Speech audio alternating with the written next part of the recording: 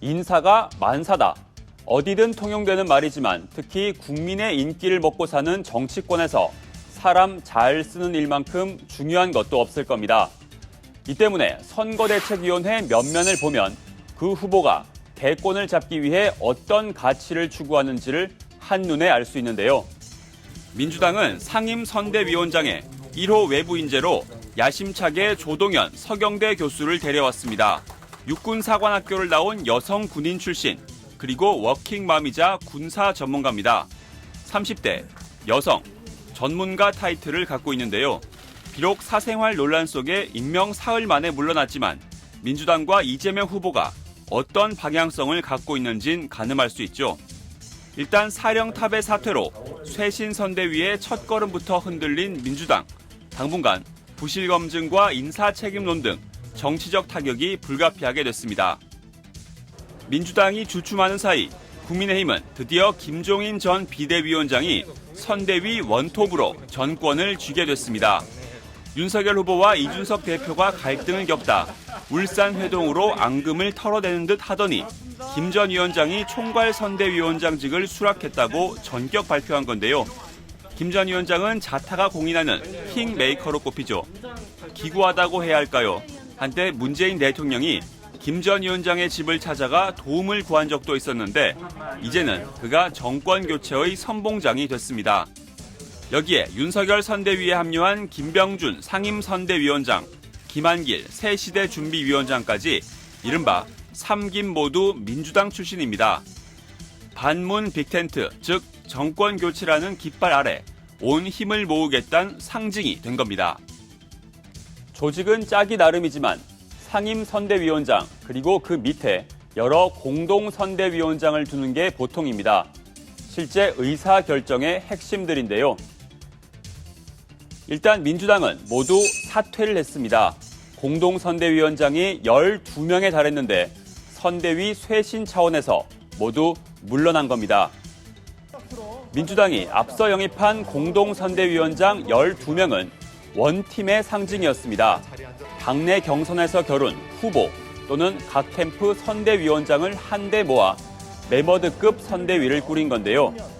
하지만 결국 덩치가 큰 매머드는 걸음걸이가 느리단 지적이 잇따르자 감투를 벗고 백의종군에 나섰습니다. 그동안 있었던 12명의 공동선대위원장 체제는 몇 분의 사퇴와 또 이번 체제 변화를 통해서 사실상 역할은 끝났어요.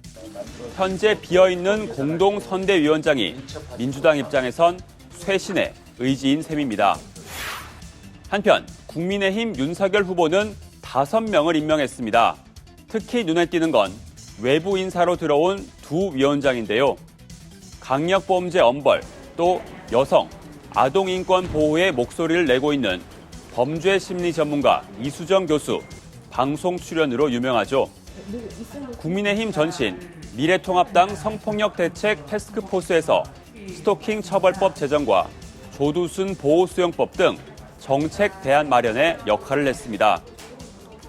무역 컨설팅 업체 스튜류커바 디나 대표도 이력이 독특한데요. 사할린 강제 이주 동포의 손녀, 또 91년생 워킹맘입니다.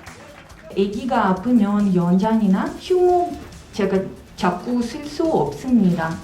그래서 워킹맘들이 자기 셀프 개발 시간이 부족합니다.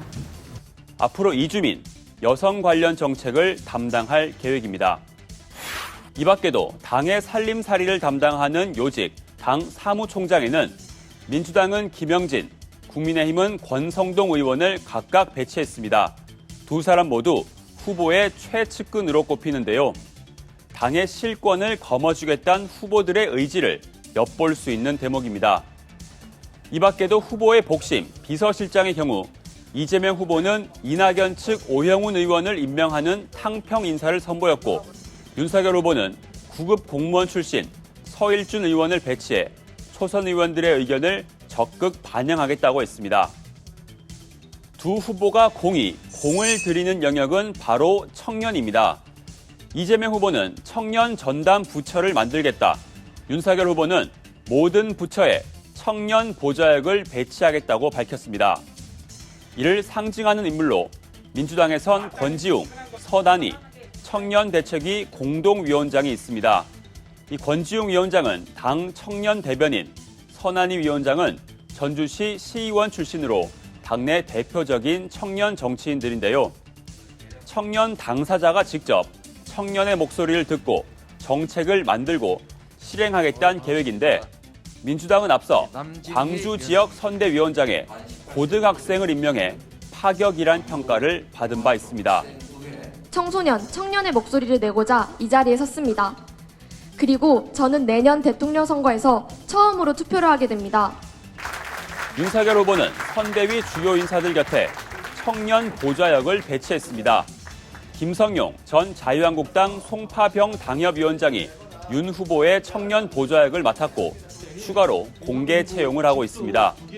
조직으로 보면 국민의힘도 청년위원회를 최근 신설했는데 민주당이 아예 청년들을 대표로 세웠다면 국민의힘은 윤 후보가 청년 문제를 챙기겠다며 직접 위원장을 맡았다는 구조적인 차이가 있습니다. 후보님께서 정책을 만드시는데 좀 더 현실적이고 그들이 치열한 경쟁 상황 속에서 좀 잘 안착될 수 있는 그런 의견들을 많이 전달드리기 위해 나오게 됐습니다. 민주당에 합류한 김영희 전 MBC 부사장, 김윤희 뉴로어소시에이츠 대표는 국민의힘에서도 영입을 시도했거나 본인이 입당을 타진한 것으로 알려졌죠. 선거가 다가올수록 각 당의 영입 경쟁도 그만큼 치열해진다는 방증인데요. 국민들을 감동시키고 후보 지지로 나아가 실제 표로 이어지기 위해선 단순히 새 얼굴을 내세우는데 그쳐선 안 되겠죠. 표를 얻기 위한 쇼라는 소리를 듣지 않으려면 그 사람이 담고 있는 시대 정신, 그리고 그것을 실현할 수 있는 환경을 만들어주는 일이 중요할 겁니다. 지금까지 대선 풍향계였습니다.